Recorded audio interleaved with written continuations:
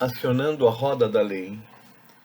Um mês ou mais parece ter passado entre o momento em que Shakyamuni obteve a iluminação e o dia em que pregou seu primeiro sermão em Sarnath, nas proximidades da cidade de Benares. Esta cidade situa-se a 210 quilômetros de Bodh Gaya, onde alcançou a iluminação. E embora a viagem possa atualmente ser feita em umas 4 horas de trem, ela deve ter levado uns 10 dias para Shakyamuni, que viajava a pé. De acordo com os textos, ele escolheu Benares e não Magadha como local de seu primeiro sermão, porque desejava pregar aos 5 bhikkhus, ou ascetas, com quem antes praticara mortificações, e que nesse momento viviam nessa cidade. Esses 5 homens, cabe recordar, ficaram profundamente impressionados com a severidade das provações suportadas por Shakyamuni e prognosticaram que ele certamente alcançaria a iluminação. Mas quando ele abandonar essas práticas e voltar a se alimentar, eles o censuraram pelo seu estilo luxurioso de vida e deixaram a aldeia de Sena. É desconhecida a identidade exata desses 5 ascetas, embora se saiba que um deles foi Anyata Caldana, figura que não nos é inteiramente estranha. Não sabemos por que seguiram para Benares depois que deixaram Sena.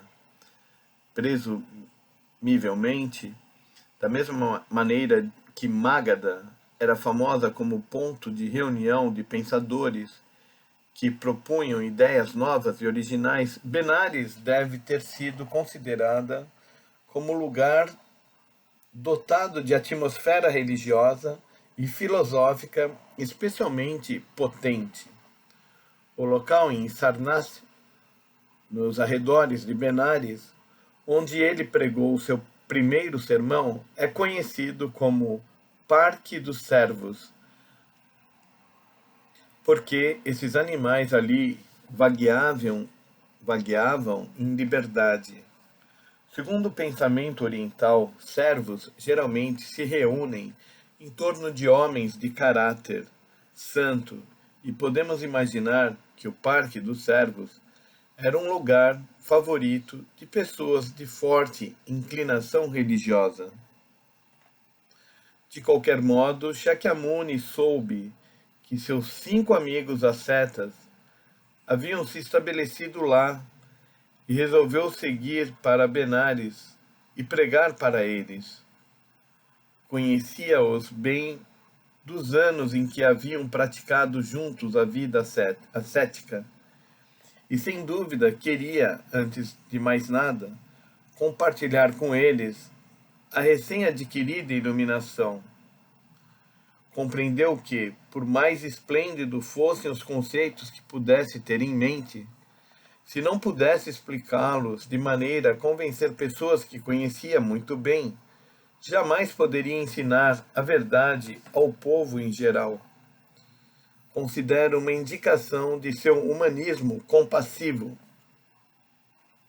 que tenha escolhido os velhos camaradas como primeira plateia de seus ensinamentos.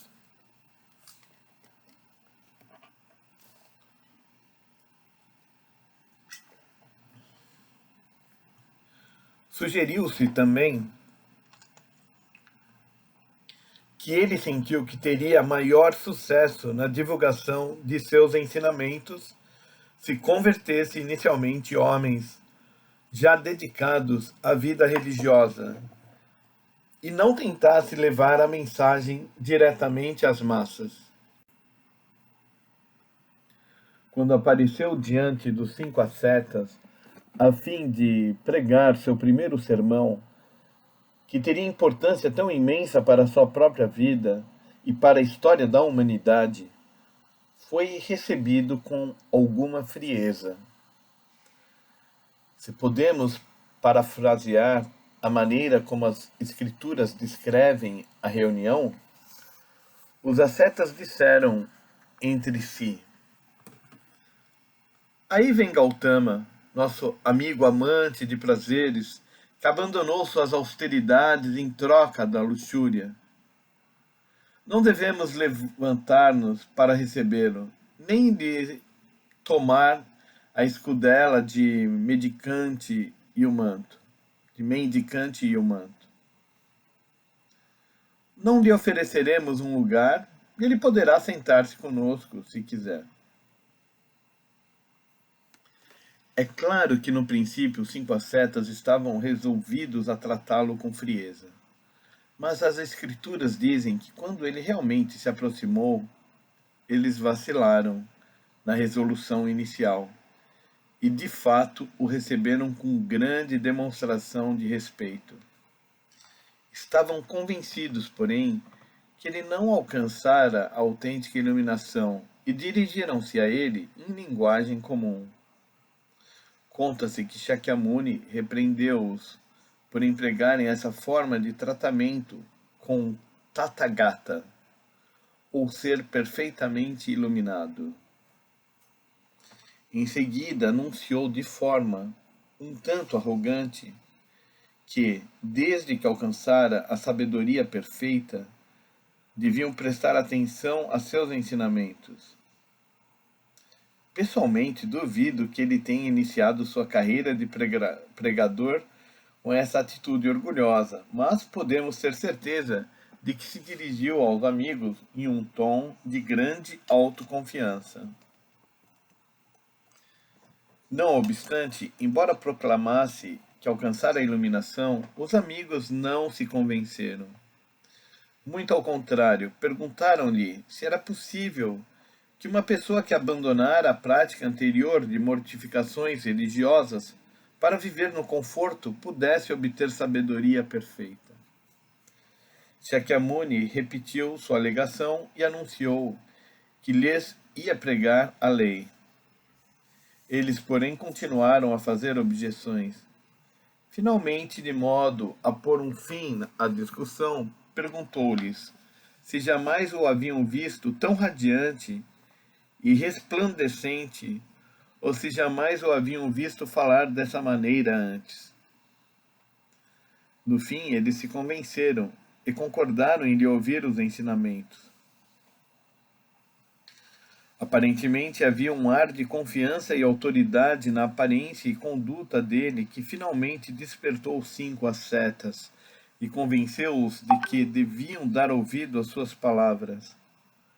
É importante notar, porém, que embora lhe escutassem os ensinamentos, não lhe deram imediato assentimento.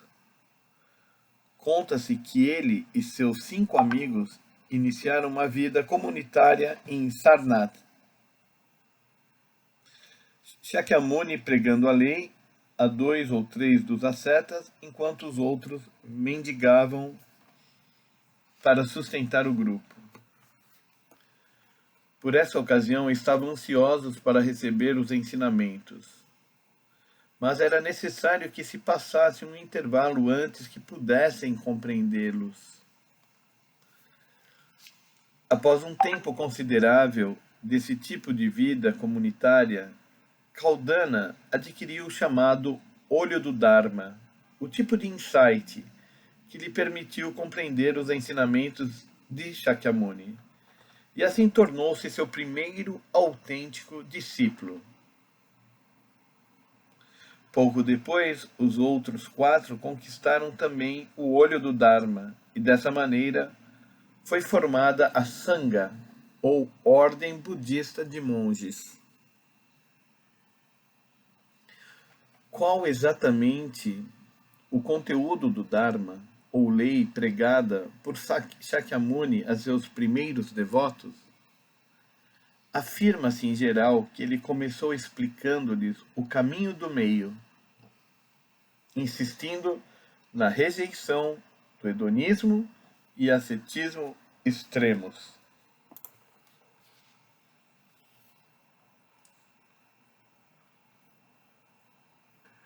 Depois de deixar clara sua posição a respeito desse ponto, passou a ensinar as chamadas quatro nobres verdades e o caminho óctuplo,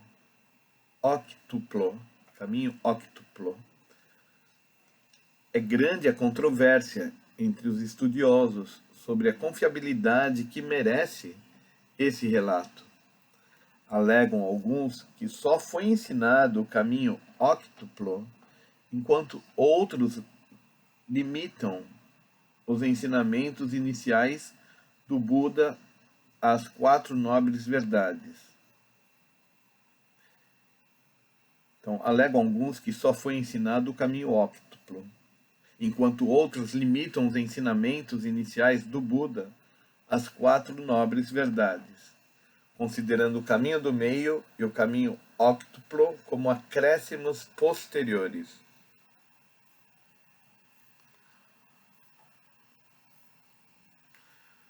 Podemos apenas fazer conjecturas sobre qual das teorias é a correta. Mas acho que é seguro supor que, após ter alcançado a iluminação sentado sob a árvore Bodhi, Shakyamuni pensou longa e cuidadosamente sobre a forma precisa em que apresentaria de início seus ensinamentos ao mundo, a fim de explicar o reino da sabedoria suprema e misteriosa de maneira a torná-la compreensível para os demais. Tinha que trazer as explicações para um nível mais popular e traduzir os princípios da iluminação em termos que pudessem ser, em geral, compreendidos e aceitos. Se aceitamos a hipótese de que ele ensinou primeiro as quatro nobres verdades, cabe notar imediatamente que essas constituem uma doutrina muito realista e prática.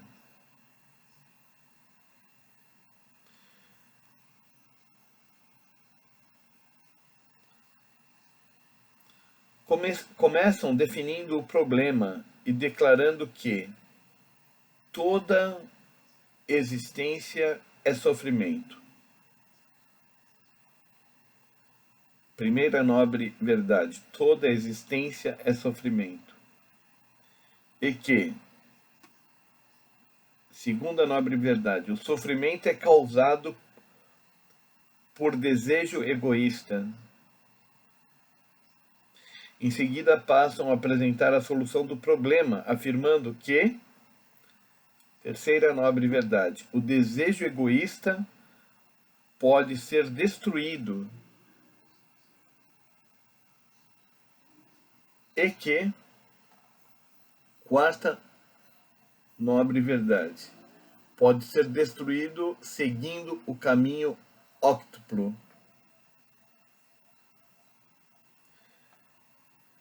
Então, as quatro nobres verdades começam definindo o problema e declarando que toda existência é sofrimento, e que o sofrimento é causado por desejo egoísta.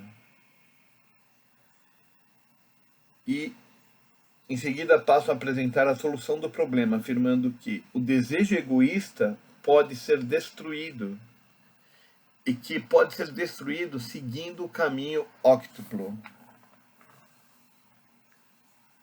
Então, toda existência é sofrimento, o sofrimento é causado por desejo egoísta, o desejo egoísta pode ser destruído e que pode ser destruído seguindo o caminho óctuplo.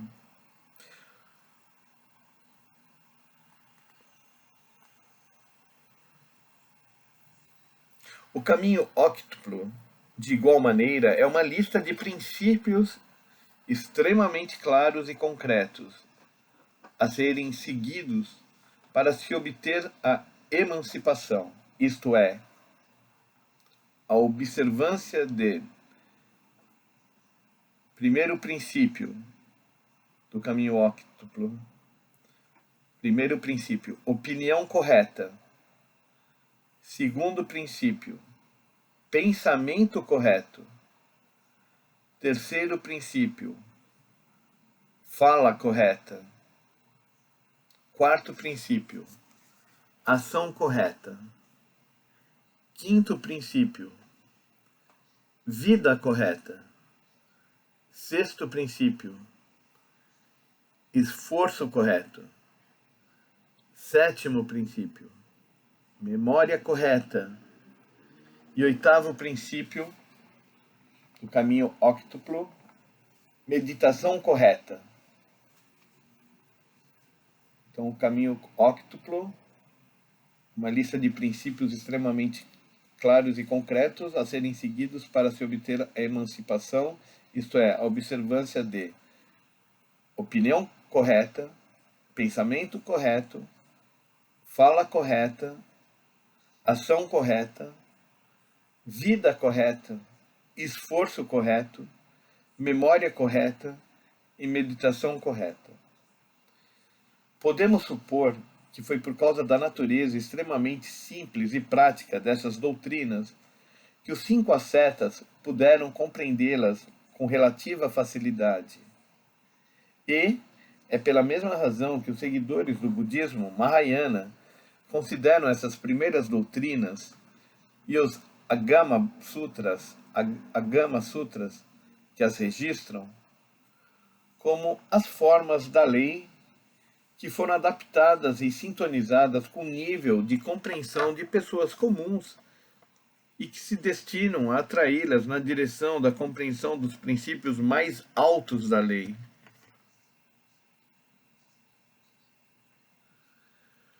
Pessoalmente, inclino-me a pensar mais ou menos a mesma coisa a respeito do primeiro sermão, considerando-o menos como uma aproximação da essência da iluminação de Shakyamuni, do que como um programa bastante simples de prática religiosa, com a intenção de levar as pessoas à iluminação. A escola Tiantai de budismo na China divide os ensinamentos do Buda em 5 períodos.